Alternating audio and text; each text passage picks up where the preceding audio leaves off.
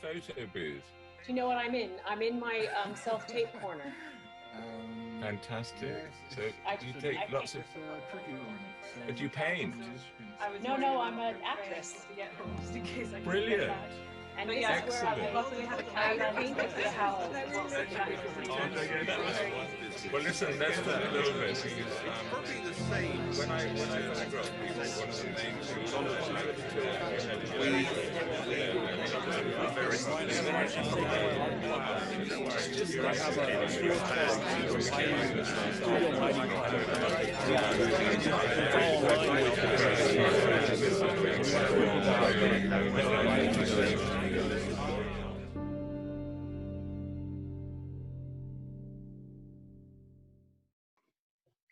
So, welcome to this attic in my studio. I've been sitting here for the last 7 months, and I had the privilege of being allowed into your homes, into your spaces, and into your lives. So my thanks is really to you, because as much you've been my therapy, you have been very much those people who have kind of allowed me your stories. And I think that that's really important. I'm a photographer. I photographed people for the last 40 years. Back in March the 16th, I put an exhibition up in London. And by 4 p.m., Boris told me that I wasn't allowed to have an audience. So I went away thinking, this was the first time in 40 years that I hadn't been able to take a picture. So I decided that I would find a way of doing so. And the studio, my computer, suddenly became the space where I could invite people to come along. But I soon began to understand that it was so much more about the conversations. And my goodness, we've talked and we've talked and we've talked with over 1,000 people. But I think that potentially that's what we should be doing a lot more. The art of conversation is hugely important.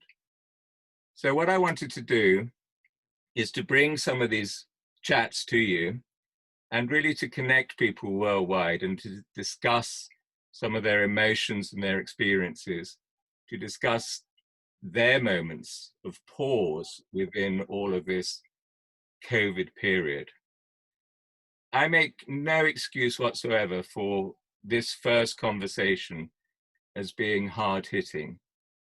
We're still very much in the grips of this virus, and I think the uncertainty really isn't very good. So today, I have brought together a number of people who have been very much on the front line, and they have their own very personal and private experiences. But I think that it's important that they meet each other and that we have the chance to speak to them.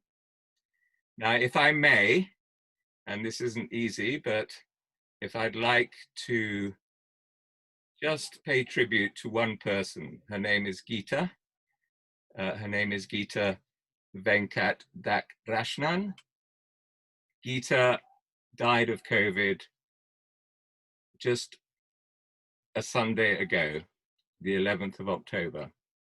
And she was very special to the Hope Foundation.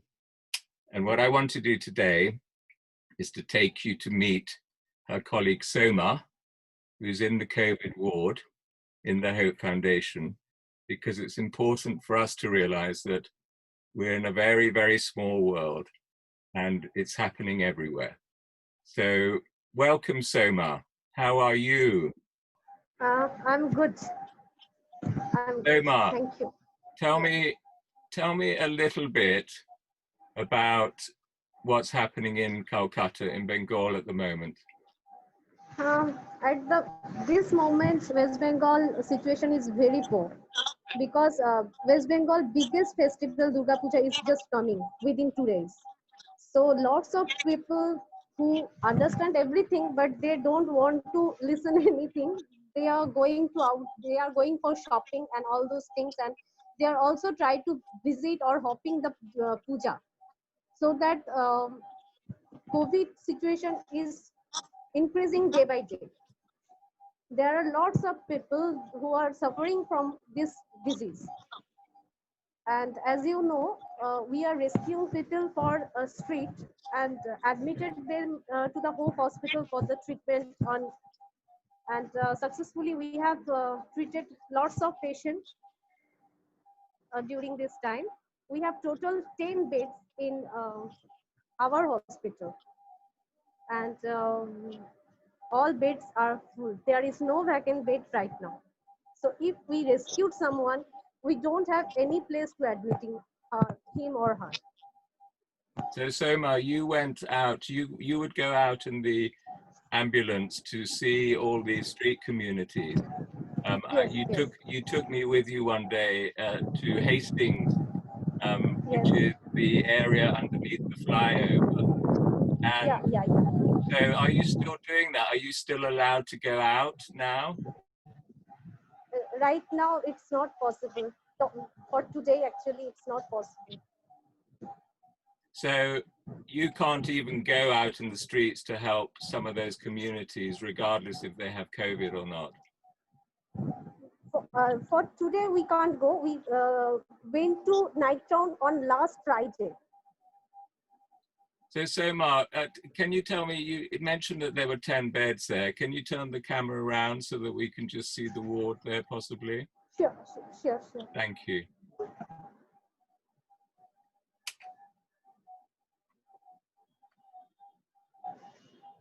So Soma, obviously very heavily PPE'd.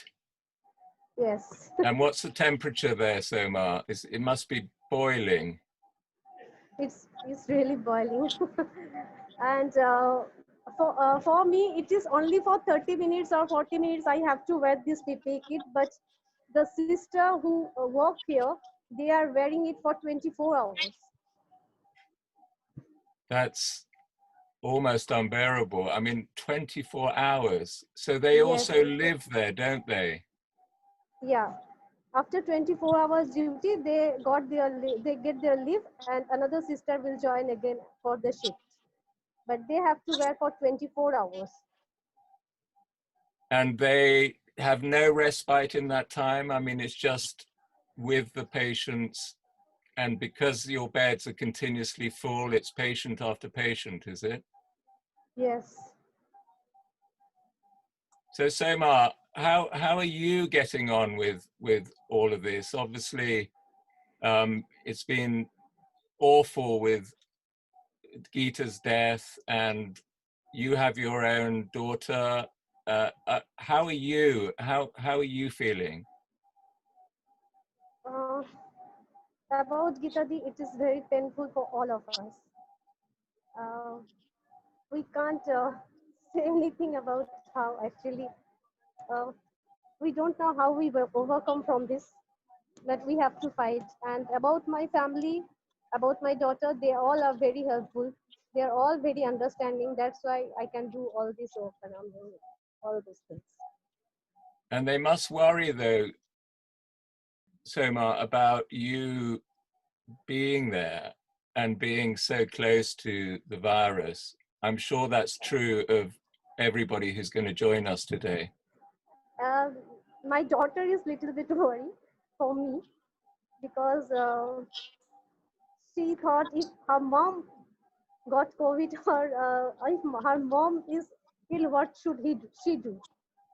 Otherwise, another family member like my husband and my mom, they are all fine with that. Yes, and I know that there's something that we'll talk about. Certainly, there's the duty of care, and the professions that you're in are very much chosen because you're all carers. But at the same time, this is unprecedented, isn't it? Yes.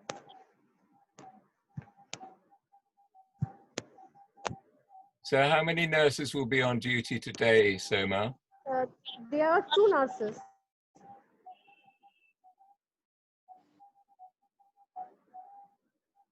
Hello? I'm still here, Soma. I'm just taking it in. I just can't quite believe that they have to stay in PPE for 24 hours, Yes. especially in the climate in Kolkata as well. And I saw that you had fans. Is that the only way that you can ventilate? Yes. So it's absolutely boiling. I mean, you know, are you concerned that a lot of the staff are going to suffer a lot of mental health issues? There are lots of staff who is now suffering from pressure after Gitadi's death. Absolutely. Because we can't believe that Gitadi is no more.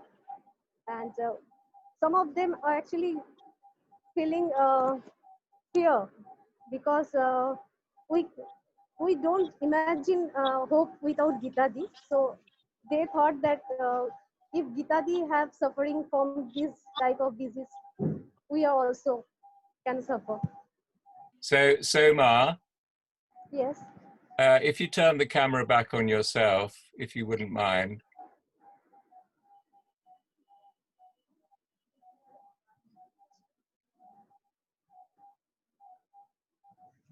There you are. Yeah. Soma, if what we're going to do now is just introduce 3 other people who I'm sure you'd like to meet too. So if you keep your camera on, if you don't mind, and just please find a space somewhere where you can take the PPE off, and then we'll get you, Max will get you to join us so that we can actually see what you look like too. Okay. Okay. All right. Just give me 10 minutes. Okay. Absolutely. Yeah. So can you, if you could mute now, can you mute? Yes, yes, I can mute. Okay, perfect. Thanks, Omar, but keep the camera on. Thank you. Yeah, sure.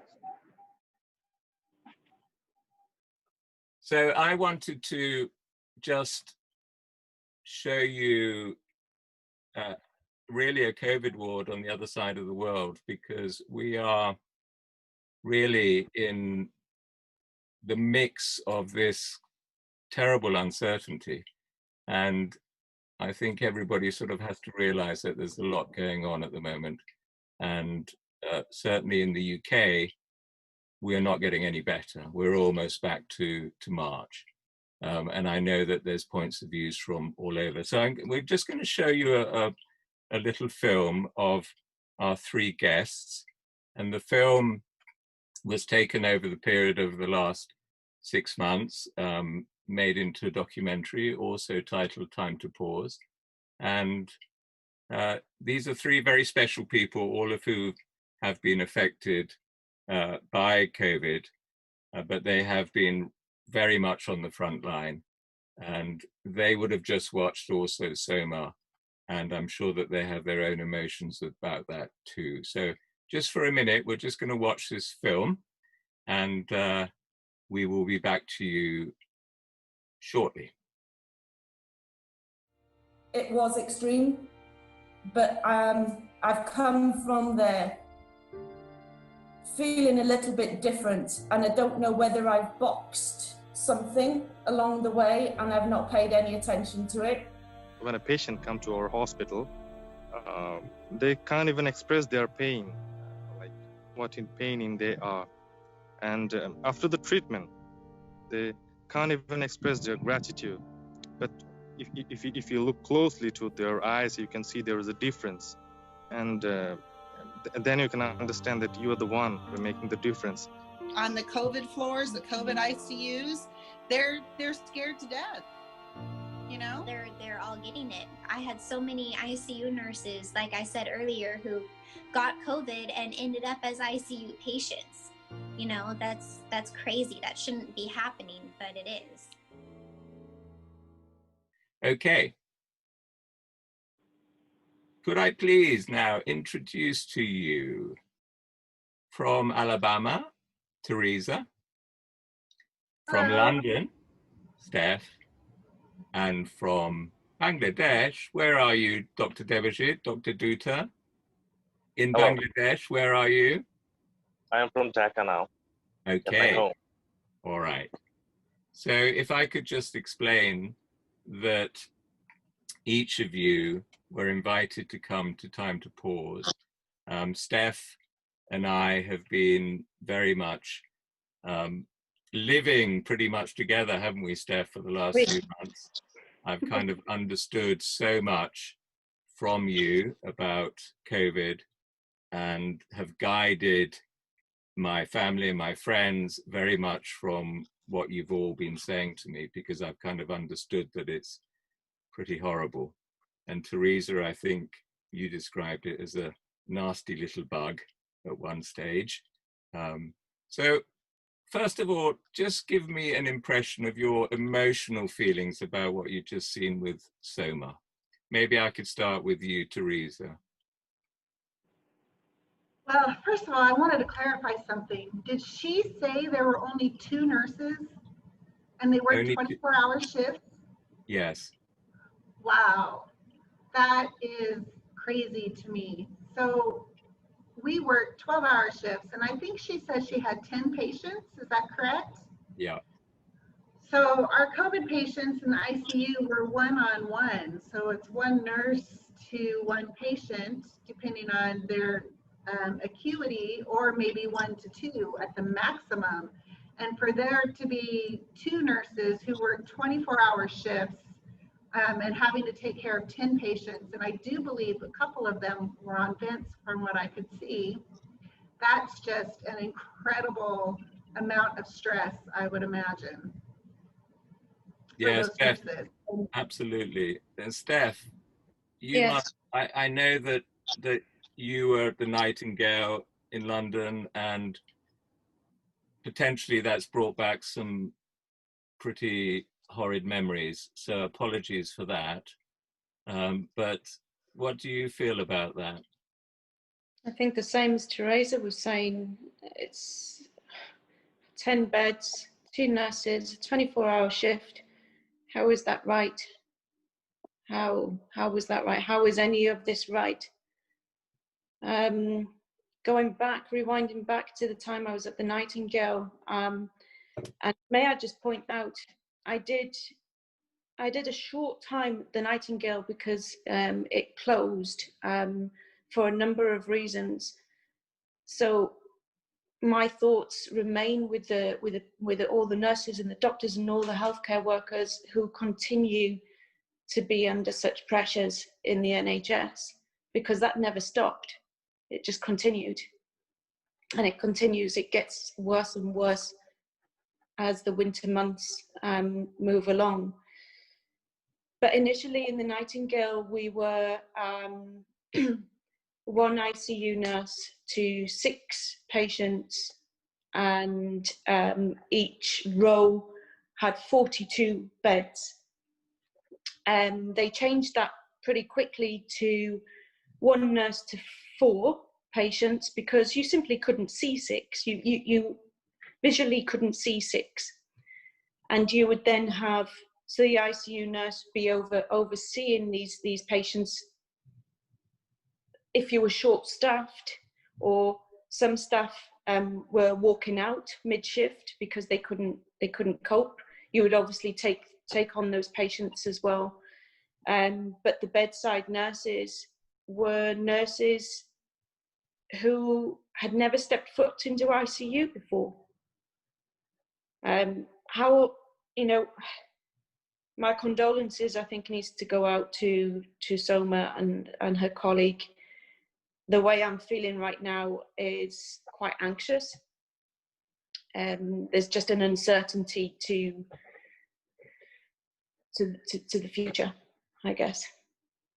So that also reminds me, Teresa, of a moment where I was introduced also to your daughter, and both of your daughters have been affected by COVID in 2 very different ways. Do you want to just give us a little idea of their experiences, but also how they felt about looking after you, because you're in the vulnerable category, aren't you?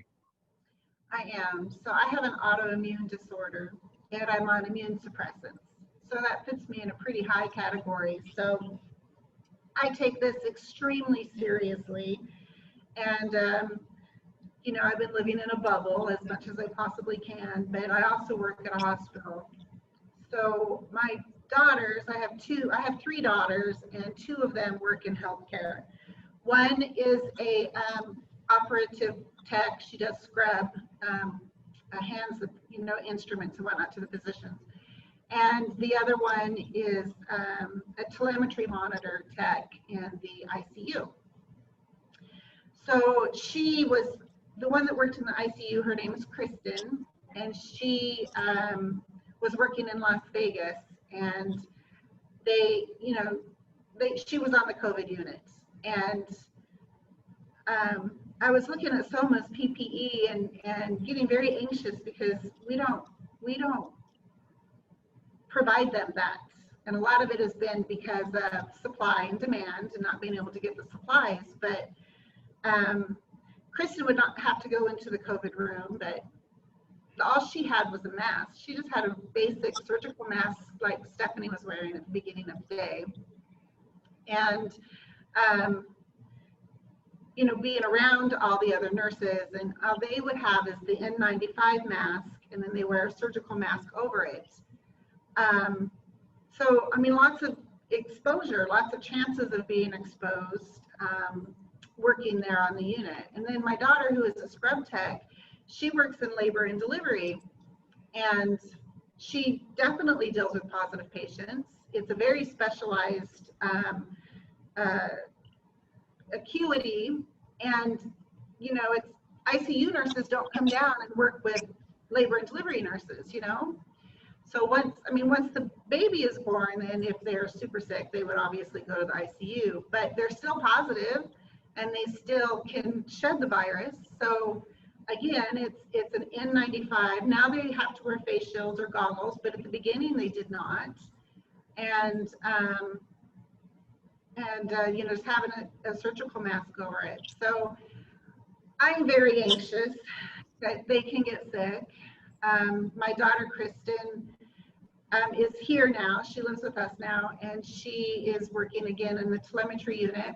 And over last weekend, she was working with, they work in a little room with a bunch of monitors, and the room is closed. And she wears her mask all the time because they're petrified of bringing it home to me. And yet, you know, not everybody here believes in masks, even though it is hospital policy that they wear a mask.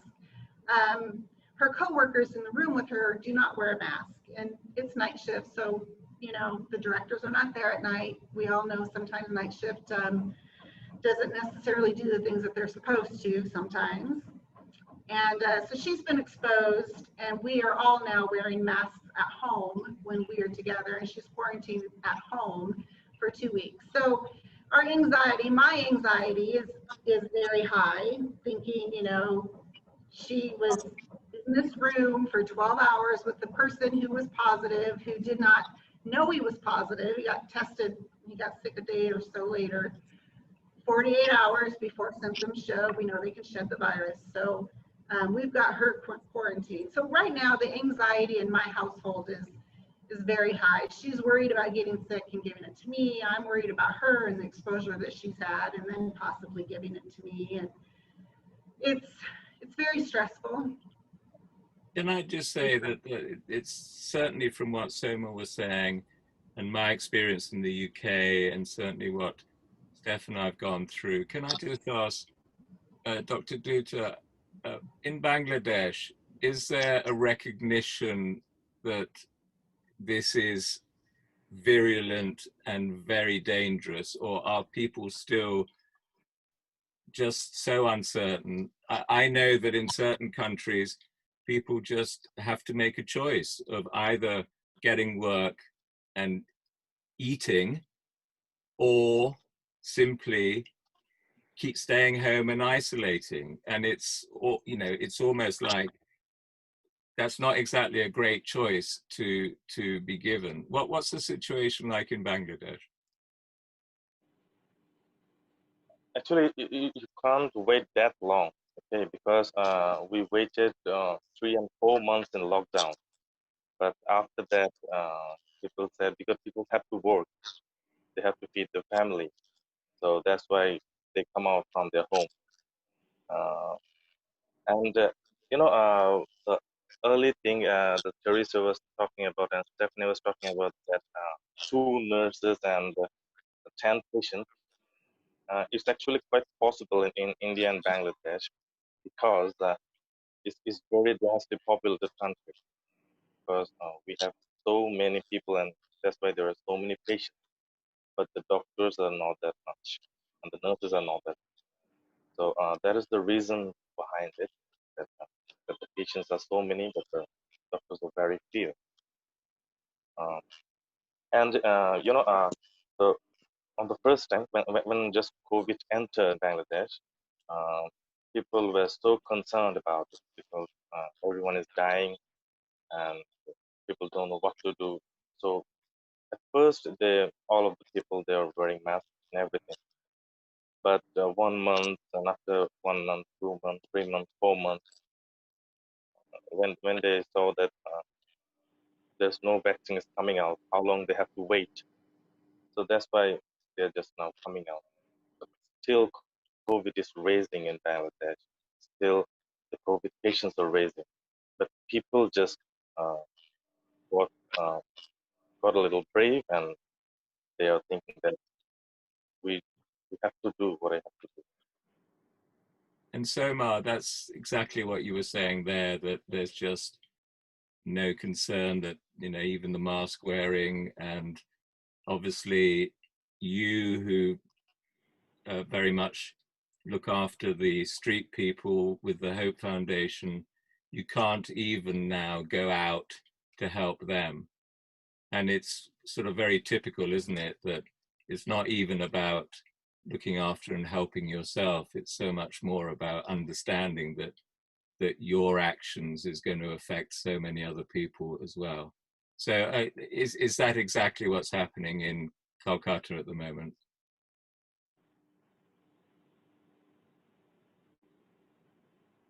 Toma, did you hear me? Yes,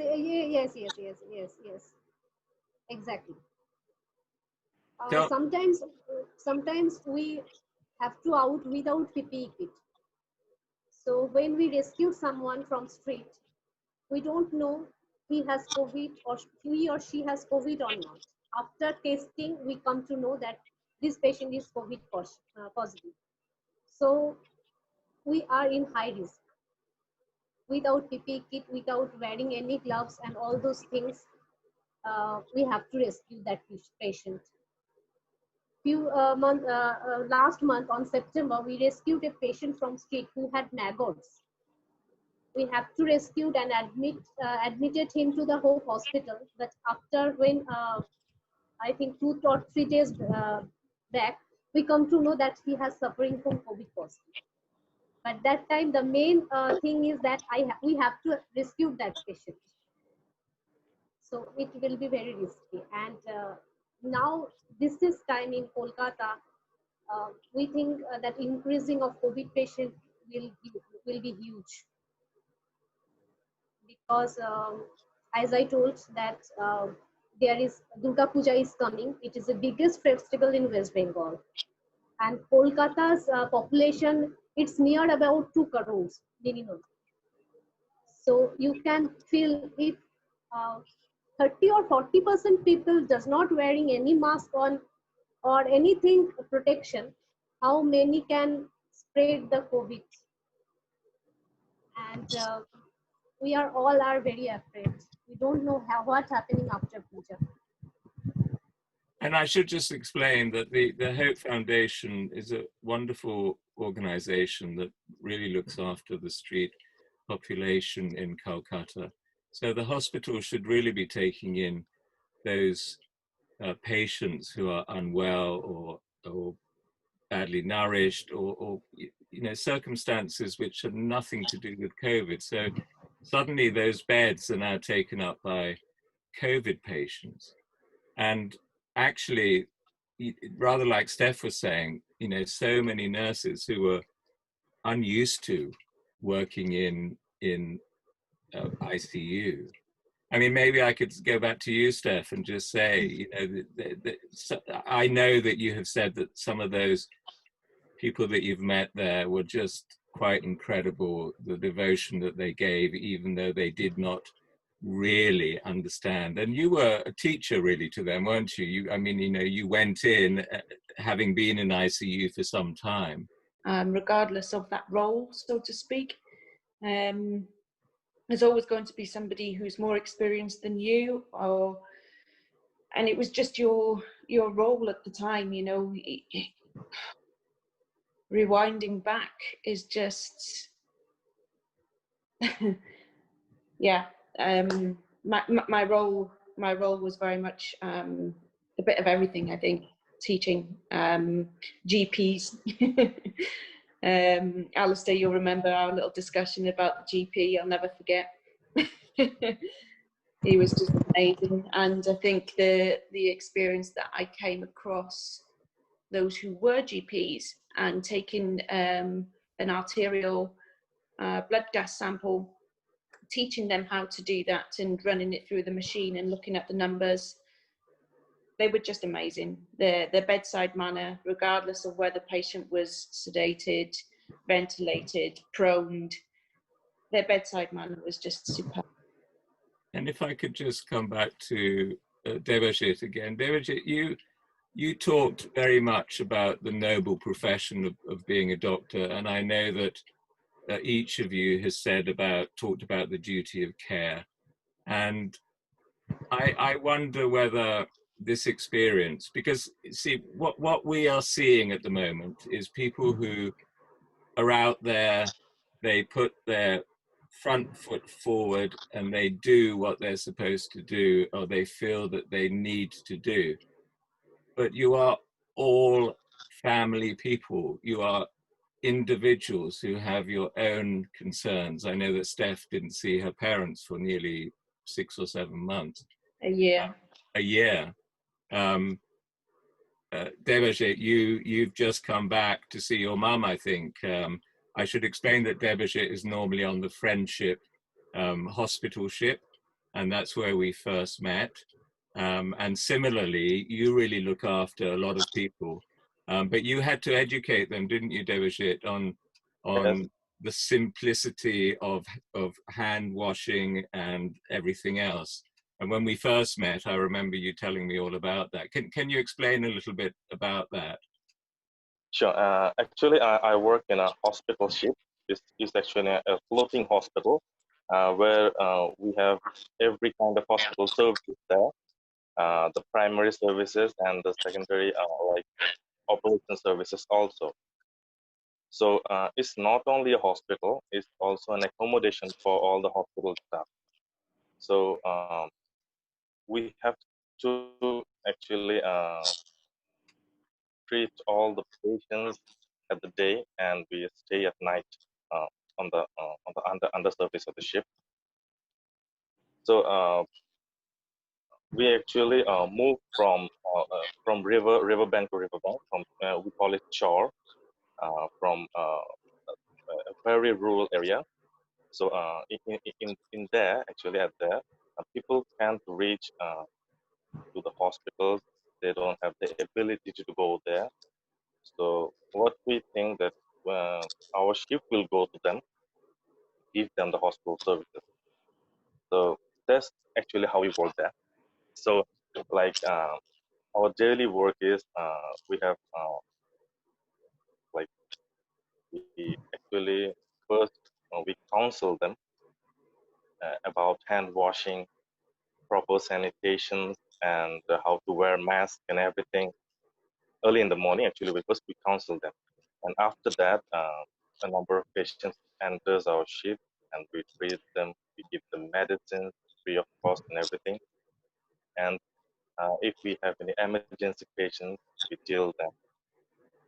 So the real challenge we actually face because is that in the rural area, the COVID is not the COVID positive people is not that much. In the town is actually is very the number is quite big, but in the rural areas it's not that much. But still, it is increasing.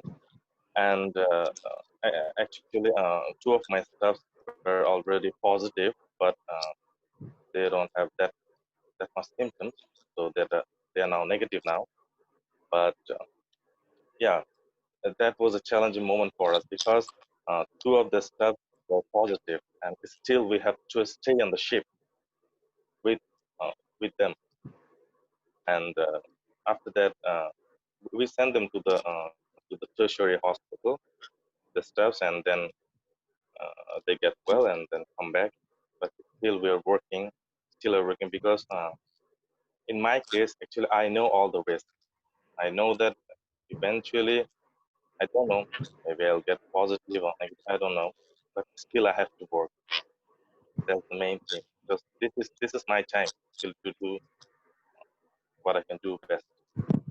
And it's a common factor when I've spoken to anybody on the front lines, and and that also includes funeral directors and all sorts of people. And it's a very common factor that you are doing what you feel not only you are best to do, but almost what you were made to do. And you talk about noble professions, and I have to say I applaud you all for that attitude.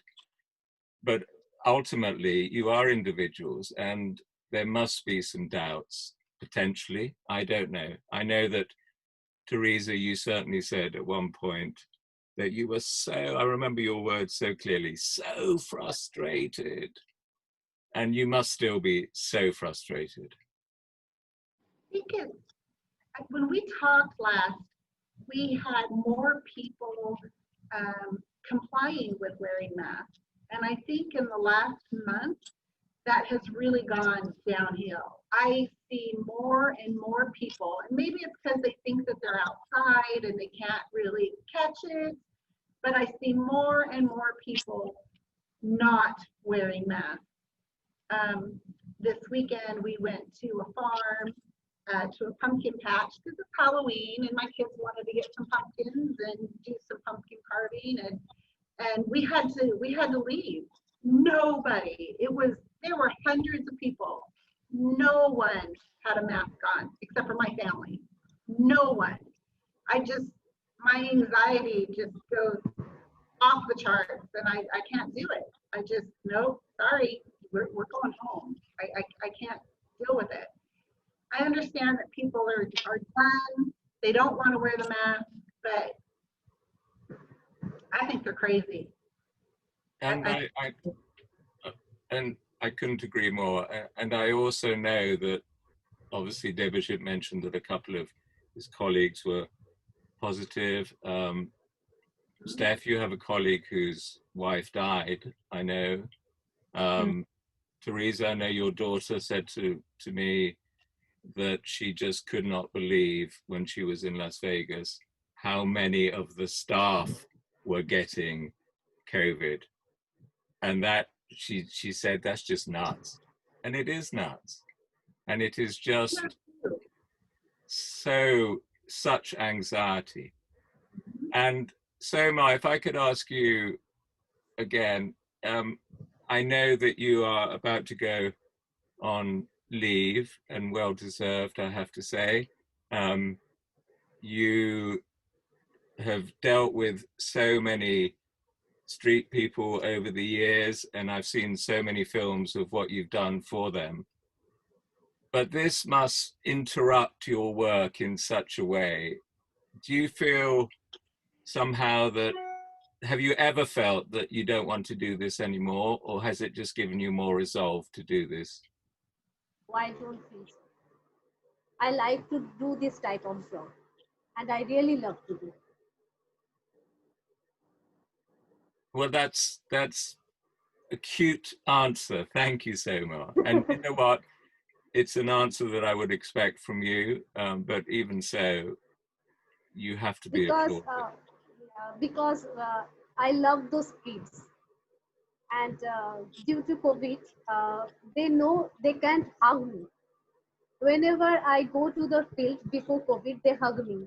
But due to COVID, they know they can hug me, so they give me high five from very far, and I miss them. Really, I miss them. If I left this job, I will miss them. So I don't want to use them, and I want to continue this job. No, absolutely. Now, can I just ask you all about your mental health, if I may? I know it's very private, but it just reminds me of a conversation I had with Steph, where she said that she felt she'd left her demons around all of this in a box, and she didn't know when the box was going to open. And I know that it's opened a couple of times because I've been with her when it has. And thank you, Steph, for that privilege, really. But it's so important, and it is part of the documentary, but it's so important that people see that it's not just about your profession. You're not just a nurse, you're an individual, you're a person who is deeply affected by this. So can I just ask you, I mean, maybe I could, poor old Steph, can I ask Steph, how are you, Steph?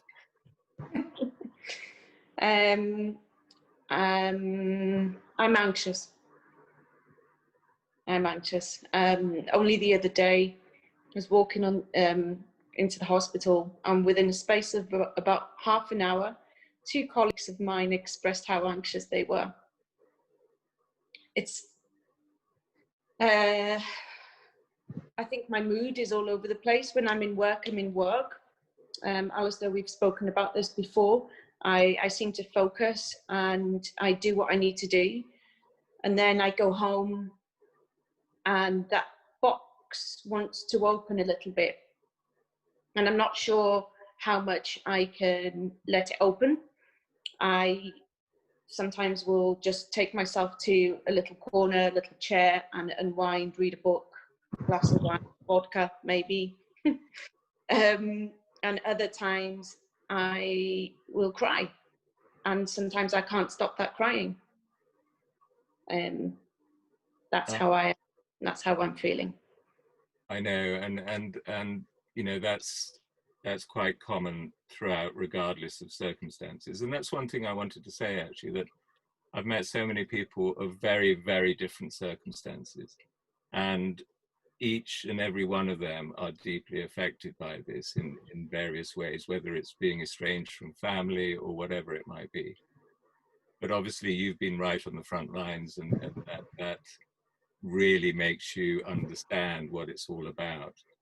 A little bit more. I remember when we first chatted that we were more uncertain. I suppose there's a tiny bit more certainty, but not a lot, not enough to make you less anxious, that's for sure. So I'd really like, I mean, you know, rather than me ask questions, it would be lovely if you felt that you could ask each other a few questions, because I think this is very important, and potentially it would be rather nice if we could all convene even sort of once a month, if you felt it was right, just to see how we're all doing, because actually it's about the support that we get from each other as much as anything. Teresa, have you felt that seeing circumstances from other people around the world, has that helped you? Or has it? I think the anxiety was there anyway. I hope it hasn't made you more anxious, but has it helped you? It hasn't necessarily made me more anxious. I'm so sorry to hear about your colleague. That had to have been very, very hard for you. I think that from what I've seen in like the news, you guys did a better containment than we have here in the States. But I do understand that it's on the rise kind of everywhere. So that makes me, you know, I feel like here in Alabama, we've kind of been at the same. Things aren't really rising up or going low. But how is that for you guys with Europe's rate kind of cases kind of going up now? How are you guys dealing with that? Are you guys starting to lock down again? Because we are not, and we have no plans to. They're going to kind of keep it just the way that it is. In fact, some of the states are opening up even more than they did, you know, just a couple months ago. So how is that? How are you guys dealing with that stuff? Steph, maybe you'll answer that. Me? Yeah. I'm sorry. There's different parts, obviously, within the UK. So it's divided into, you know, Wales, Scotland, Ireland, and England. I'm originally from Wales, so all my family, all my friends are in Wales, and majority of Wales is in lockdown. So the villages as well. You can't go in, you can't exit. Obviously, for work purposes, yes, but there's security, there's police, there's on the borders as well, not allowing people in. England, I'm in London at the moment, and that's just a different ball game. I think what I saw right from the beginning, we didn't know too much about COVID. Nobody knew. All the guidance from, you know, from the government was, personally, wishy-washy. Nobody knew really what they were doing. And then amidst all of that, you had your lockdown, you had protesting, lots of different protests going on all at the same time. And COVID was there right in the middle. But yet we were supposed to be in lockdown. Now we've seen there was definitely a decline in the numbers, and that's going, speaking with my colleagues as well who work in the NHS in different parts of the country, they definitely saw a decline, and now that's obviously on the up. Everybody, I think, is feeling that anxiety. Yes, we are a little bit more familiar with COVID now. There are some treatments that seem to work, but it still doesn't. I mean, many colleagues have been lost. You know, many lives have been lost, not just colleagues. Many people's lives have been lost as a result, and we're on the up. And that can only mean one thing: many more lives are going to be lost. I mean, my partner's auntie passed away only a couple of weeks ago, and she was the medical director of one of the big hospitals in Angola. And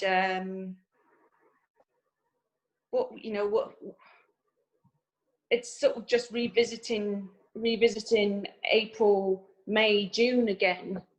But we know that it's going to be worse because we're hitting the winter months. It is quite amazing how it feels as if April and April, May, spring and summer has just disappeared, hasn't it? I mean, it just feels as if it's vanished.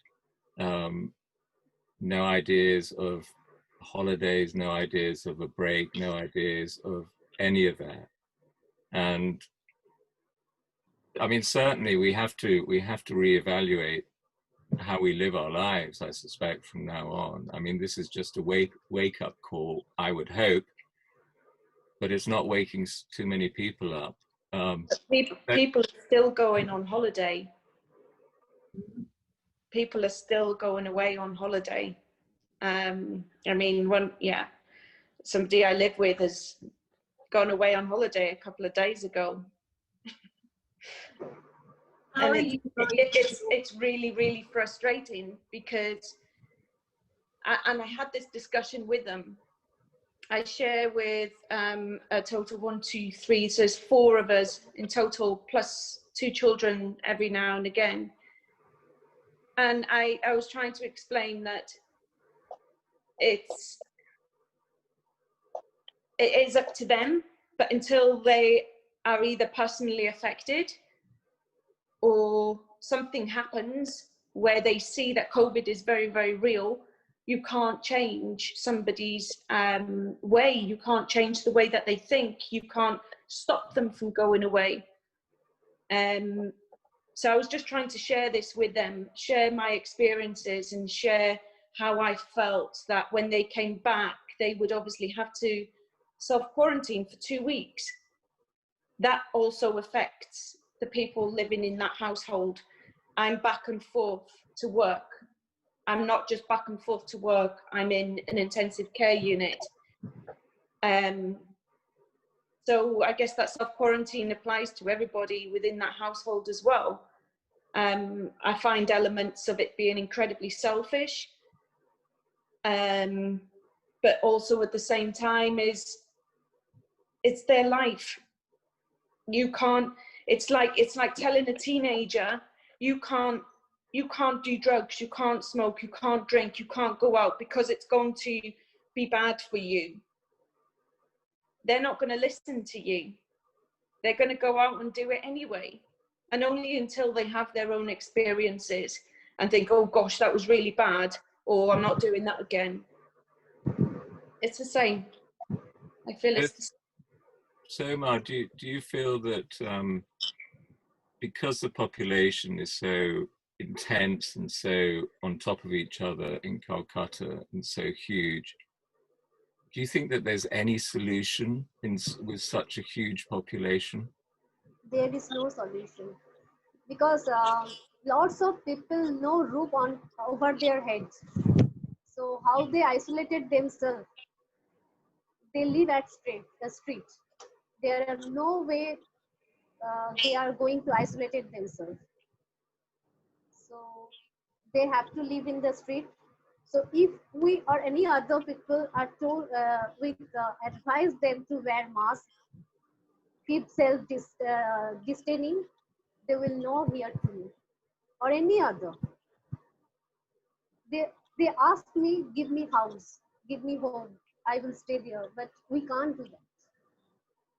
There are more than 3 lakhs people live at streets in Kolkata. So how can we give them home or house? And they don't have any place where they can isolate themselves.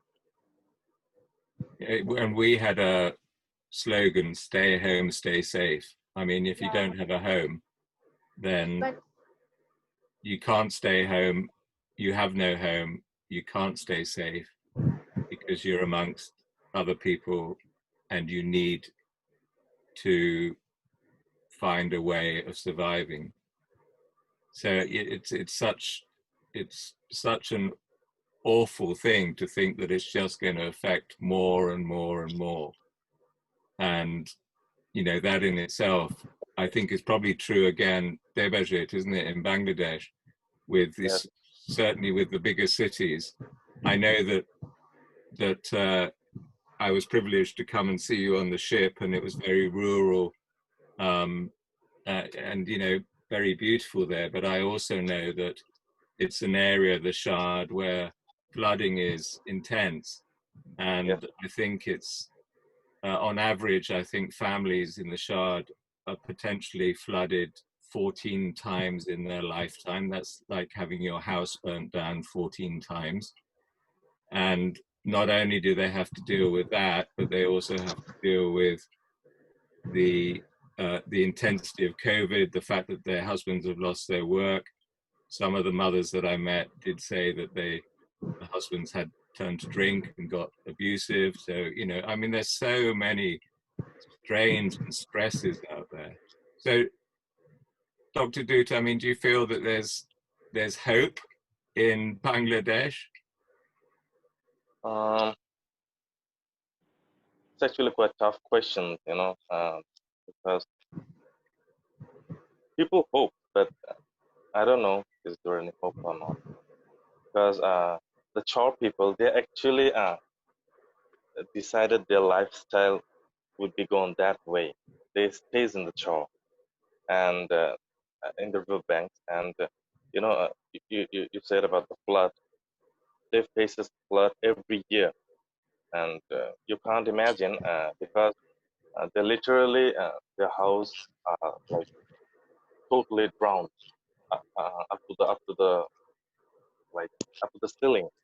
So they have to live over the rooftop in that time, and not just one time or two times. It's like 6 or 7 times in a year.